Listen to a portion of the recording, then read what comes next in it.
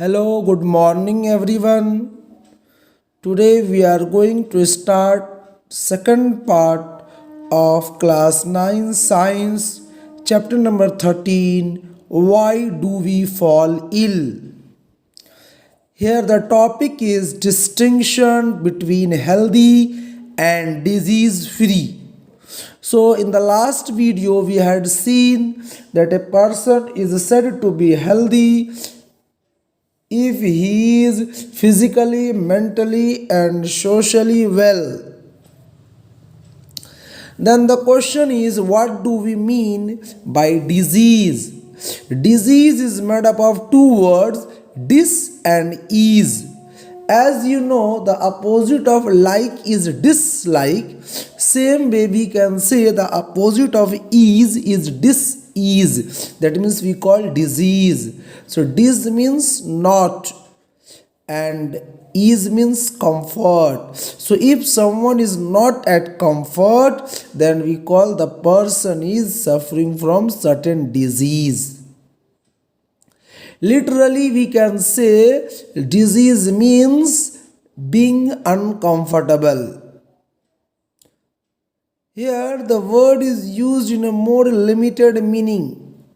But when we talk of disease, we can find a specific and particular cause for discomfort. Without knowing the cause of loose motion, we can say that someone is suffering from diarrhea.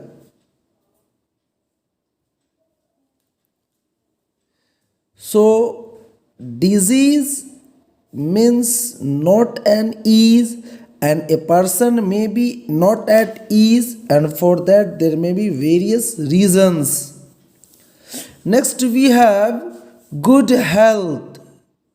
So good health doesn't mean same for everyone.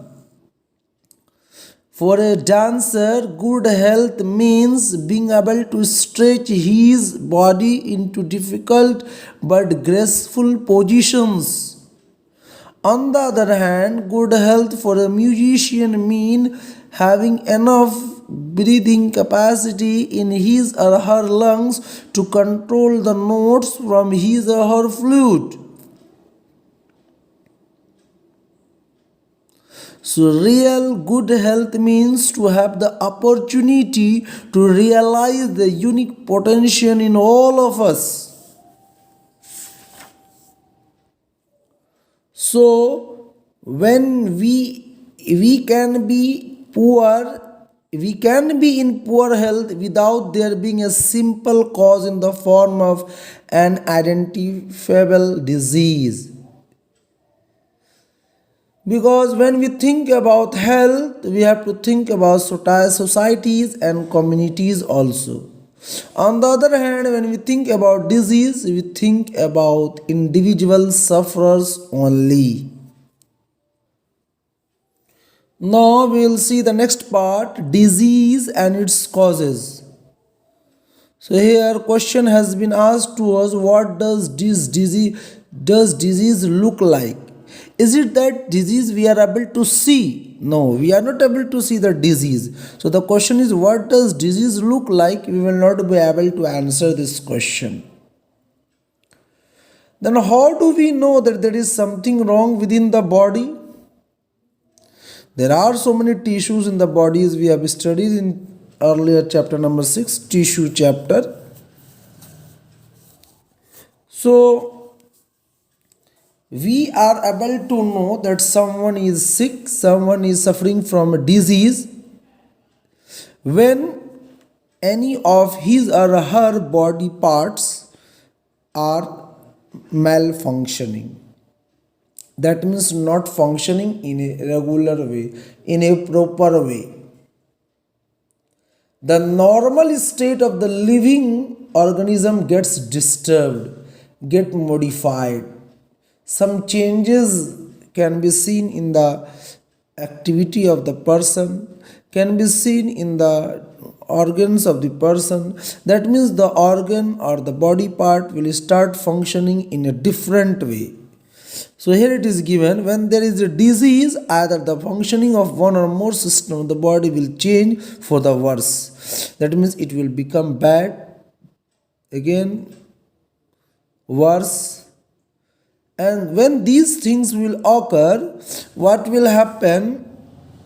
When these things will happen, then it will give rise to some symptoms and signs of the disease. We will be able to see some symptoms, or we will be able to see some signs in the body of that person who is suffering from certain disease. So what are the symptoms? Symptoms of disease are the things we feel as being wrong. So we have a headache, we have a cough, we have loose motion, we have wound with pus. These all are symptoms. These indicate that there may be a disease. But they do not indicate where the problem is, where the disease is. For example, if I have got a headache may be just examination stress, or it may mean some meningitis, or maybe some other cause. Next is about the signs of the disease. Signs of disease are what physicians look for on the basis of the symptoms. So when the physician sees some symptoms of a disease, then they try to search for definite clues, and those definite clues we call them as the signs of the disease. For this they use certain instruments, and they may even conduct laboratory tests, pathology tests, blood examinations, urine examination, stool examination, many more laboratory tests they perform to pinpoint the cause of the disease. So there is a difference between symptom and sign. Symptoms indicate, first point you may write, symptoms indicate the presence of disease, and signs, they provide information about the presence of particular disease. Second point you can write, symptoms are a collective indication of a number of diseases in a particular part or organ, but signs are distinct for different diseases. They are different for different diseases.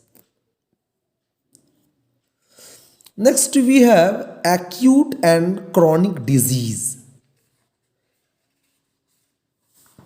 So diseases are said to be acute when their symptoms are quickly visible in the body of a living organism. For example, we human beings, when we start suffering from common cold, then we are easily able to see the symptom of common cold. These acute diseases, they are for short period of time.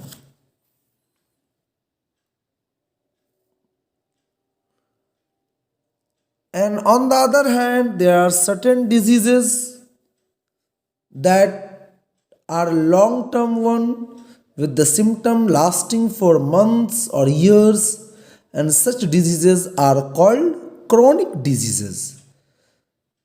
Example, TB, tuberculosis, cardiovascular disease, diabetes, cancer, etc. So the question may be asked here, write difference between acute disease and chronic disease. So you can write first point that acute diseases last for short period of time. Chronic disease lasts for long period of time. It may be for a whole lifetime. Second point, these acute diseases do not cause long-term bad effects on human health, but chronic disease causes drastic long-term effects on human health. Third point you can write the definition of acute diseases. And in the fourth and chronic disease one definition you can write, and a fourth point you can write the example of acute diseases: common cold, cough, typhoid, cholera. And chronic disease example you can write cardiovascular disease, tuberculosis, elephantiasis, diabetes, arthritis, cancer, etc. Now we will see here chronic disease and poor health. Acute and chronic diseases have different effects on our health. Any disease that causes poor functioning of some part of the body will affect our health. This is because all functions of the body are necessary for being healthy. So any disease that cause poor functioning of some part of the body, they affect our health. Why they affect our health? Because the functioning of each and every body part is necessary for being healthy. So whether we are suffering from acute disease or we are suffering from chronic disease, it affects our health. We have effect on our health. But acute diseases, since they get over within short period of time, very soon, will not have major effect on our general health. But this chronic disease may have long term effects on our health, as I told you earlier while I was explaining the difference between acute disease and chronic disease. So here in this next paragraph, the same example has been given. Think about a cough and a cold, which all of us have from time to time. Most of us get better and become well within a week and so. And there are no lasting effects on our health. So this is an example of acute disease. But if we get infected with a chronic disease such as TB of the lungs, then being ill over the year does make us lose weight and feel tired at all time. And this will affect our health. So I told you in the difference that acute diseases last for short period of time. So when you get acute disease, you may get well and go to school after a few days. But if you get a chronic disease, what will happen? It will be difficult for you to go to school soon. You will not be able to follow what is being taught in the school, and your ability to learn will decrease. So that's why I had told in the difference that chronic diseases have very drastic long-term effect on our health. Our next topic is causes of disease. What causes disease? So when we think about causes of disease, we have to say that there are number of reasons, there are number of causes, there are number of factors responsible for disease. Only one factor is not responsible for the cause of a disease. What we have, if we are suffering from certain disease, there may be so many reasons, there may be so many factors. For example, if there is a baby suffering from loose motion, as it is given here, we can say that the cause of the loose motion of the baby is infection. We may say that this baby is suffering from loose motion because of infection. So we can say that an immediate cause of the infection or the disease is the virus. The question is, where did the infection come from? Where did the infection come from? Suppose we come to know that the infection came through unclean drinking water. That means the baby had drunk unclean water, dirty water, contaminated water, and in that contaminated water, the virus had come, and so the baby is suffering from loose motion. Now the question is, so many babies are drinking dirty water, unclean water, unsafe water.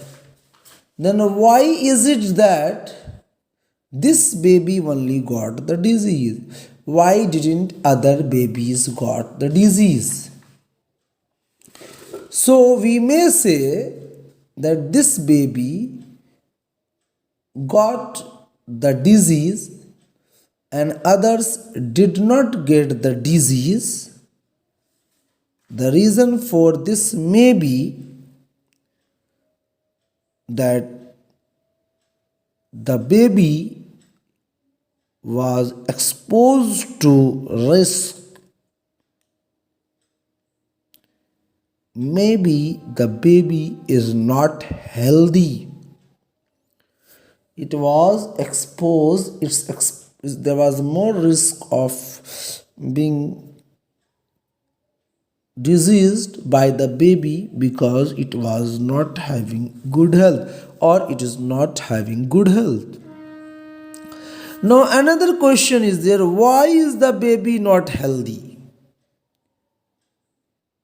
So the answer may be, or the reason may be, that the baby is not healthy. It might not have been nourished well. It didn't get enough food. That means the lack of good nourishment may be the cause of the disease. So what we will say, that this lack of good nourishment becomes the second level cause. Now the question is, why is the baby not well nourished? So we may get the answer that the family to which the baby belongs is a poor family, does not have good earning. Since they belong to poor family, we can say they are suffering from poverty. Now, the third level of the cause of the disease is poverty. Or suppose the baby is not from a poor family, then another reason may be genetic difference. That means the genetic combination of the baby is such that it is more likely to suffer from loose motion when exposed to a pathogen. There may be genetic reason, genetic factor may be responsible, genetic difference may be the cause.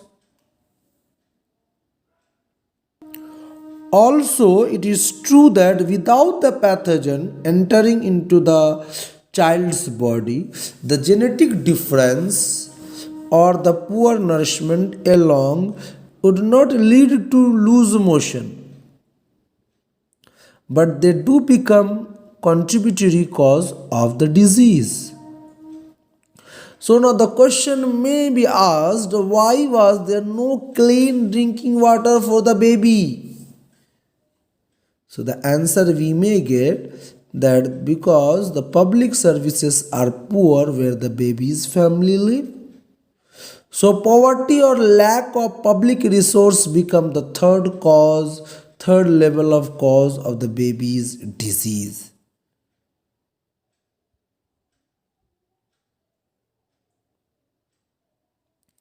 So it is now obvious that all diseases, they have got immediate causes, contributory causes, and most disease have many causes rather than one single cause.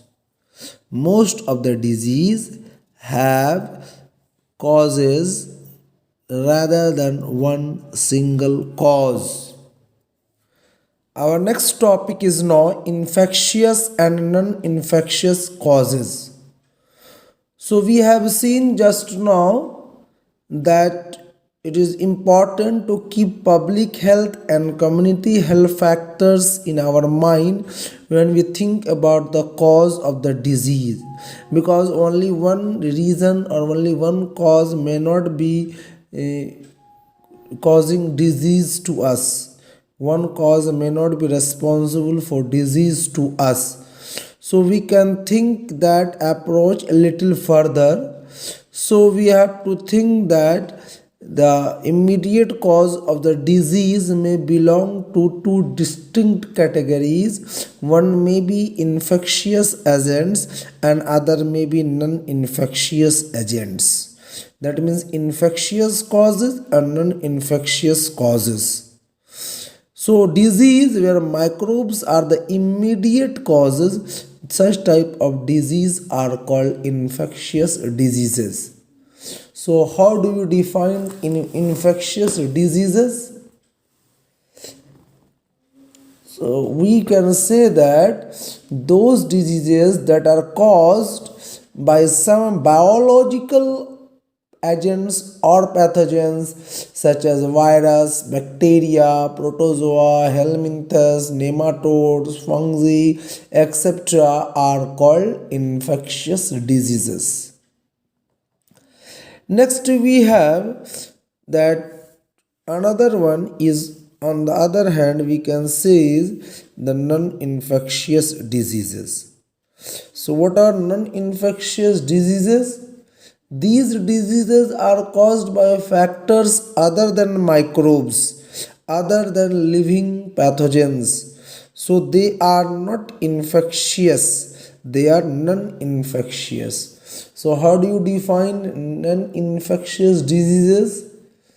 The non-infectious diseases are such type of diseases that may be caused because of lack of certain nutrients in our body, or degeneration of the tissues, or maybe uncontrolled growth of the tissues, maybe because of defective metabolical process, or you can say metabolic disorder, injury or damage to any part of our body.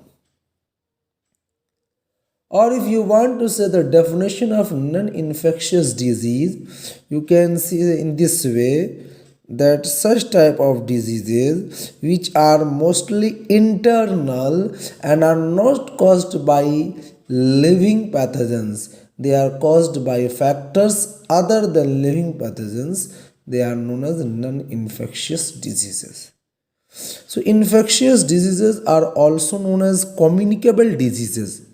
That they are called communicable because they can be transmitted from one person to another person.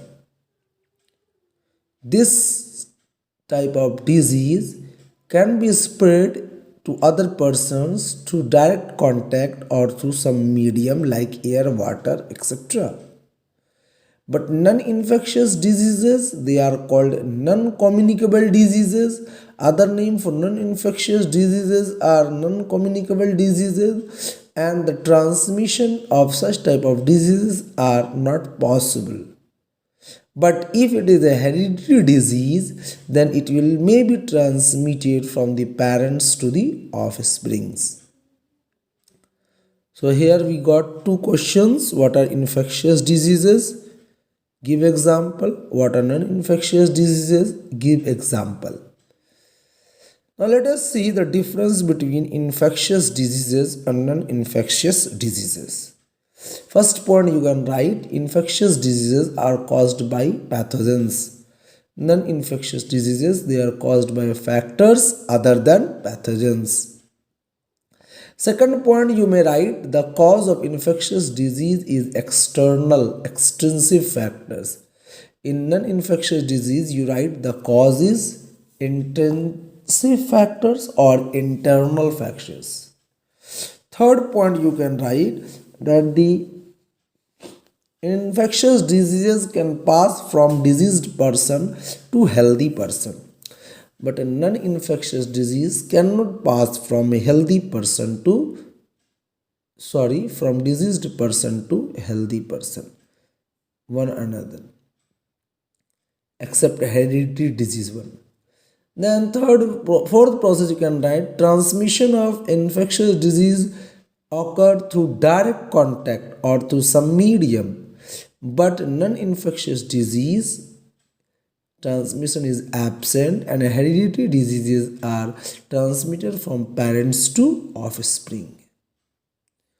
Infectious diseases can be stopped. Fifth point you can write. The chance of infectious diseases can be reduced by having personal and community hygiene. But in non-infectious disease, you will write that community hygiene or personal hygiene is ineffective in reducing the incidence of non-infectious disease. That means the chance of transmission of non-infectious disease cannot be reduced by maintaining personal and community hygiene. In example of infectious disease, you can write common cold, cholera, TB, pneumonia, malaria, chickenpox. Non-infectious disease example, you can write diabetes, hypertension, goiter, etc. So next part of this chapter we will continue another day. You all study nicely. Wish you all the best. Thank you.